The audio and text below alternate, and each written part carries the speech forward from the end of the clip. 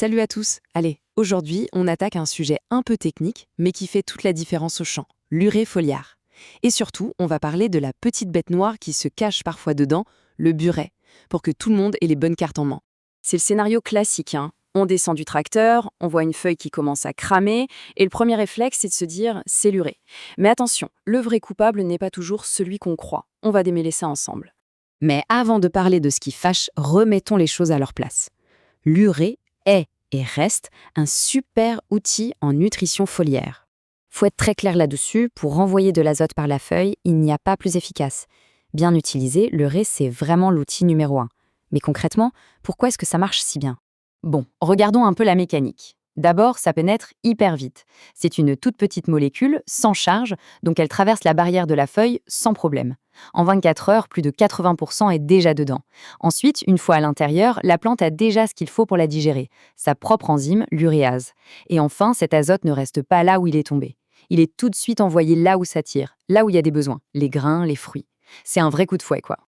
Maintenant qu'on a dit ça, parlons du vrai sujet.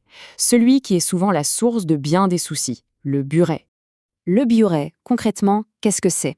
Eh bien, c'est une impureté qui se crée à l'usine. Pour faire simple, quand on fabrique l'urée, on chauffe et une petite partie se transforme en ce composé. Et le point capital à comprendre, c'est que pour la plante, ce n'est pas de l'azote. C'est un déchet toxique qu'elle ne sait pas quoi en faire. Et alors, qu'est-ce qu'il fait dans la plante ? Le buret rentre facilement, oui, mais une fois dedans, c'est le blocage. Il ne se dégrade pas ou alors très mal. Résultat, il s'accumule. Sur une vigne ou un arbre fruitier, on peut en retrouver des traces des mois plus tard. En fait, c'est un poison lent qui s'installe et qui met la plante sous un stress continu. Et là, on arrive au point le plus important pour le terrain.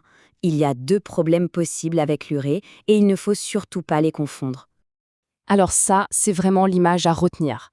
On a 2 problèmes qui n'ont rien à voir. D'un côté, la brûlure rapide, le bout des feuilles qui grille en 24 ou 48 heures. Ça, c'est simple, c'est que la concentration d'urée dans la bouillie était trop forte. C'est un coup de sel, un point, c'est tout. De l'autre côté, on a la toxicité lente, un jaunissement progressif, une chlorose qui s'installe sur des semaines. Ça, c'est le biuret. L'erreur classique sur le terrain, c'est de voir la brûlure et d'accuser le biuret. Mais non, la brûlure rapide, c'est une erreur de concentration. La toxicité lente, c'est un problème de qualité du produit. Bien sûr, toutes les cultures ne réagissent pas de la même manière. Le risque est vraiment élevé sur les cultures pérennes, agrumes, vignes, arboriculture. Pourquoi ?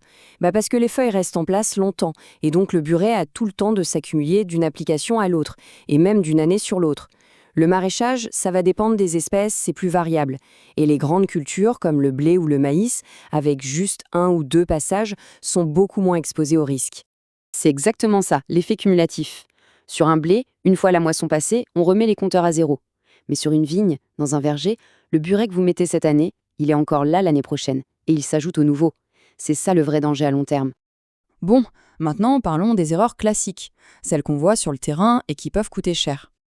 L'erreur numéro 1, vraiment, c'est de ne raisonner qu'en kilos par hectare, alors que le vrai sujet, c'est la concentration en pourcentage dans la cuve. Ensuite, bien sûr, il y a les grands classiques, vouloir mettre une dose de cheval en un seul passage ou encore traiter en plein cagnard à midi. Et puis le pire du pire, c'est de prendre une urée standard, qualité sol, et de l'utiliser pour des applications foliaires répétées sur une culture sensible. Là, on cherche les problèmes. Allez, assez parlé des problèmes. Voyons maintenant les solutions concrètes, les règles du jeu pour que ça se passe bien. Premier chiffre à graver dans sa tête. Moins de 0,5%. Concrètement, ça veut dire que sur les cultures sensibles, il faut exiger de l'urée faible en buret ou low buret, comme on dit. Pour les agrumes ou la vigne, idéalement, on vise même sous les 0,25%.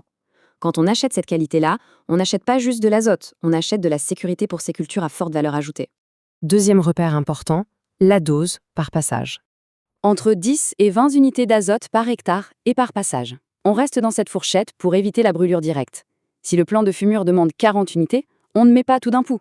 On fait 2 passages de 20. C'est bien plus efficace et surtout infiniment moins risqué. Le fractionnement en foliaire, c'est la clé. Donc, si on résume, on peut se fixer 4 règles d'or. Règle numéro 1, on choisit le bon produit, c'est-à-dire une urée low biurette sur les cultures sensibles. Règle numéro 2, on maîtrise sa dose. On raisonne en kilogrammes par hectare et en concentration dans la bouillie. Règle numéro 3, on regarde la météo, on traite à la fraîche, tôt le matin ou tard le soir. Et enfin, règle numéro 4, la prudence avec les mélanges.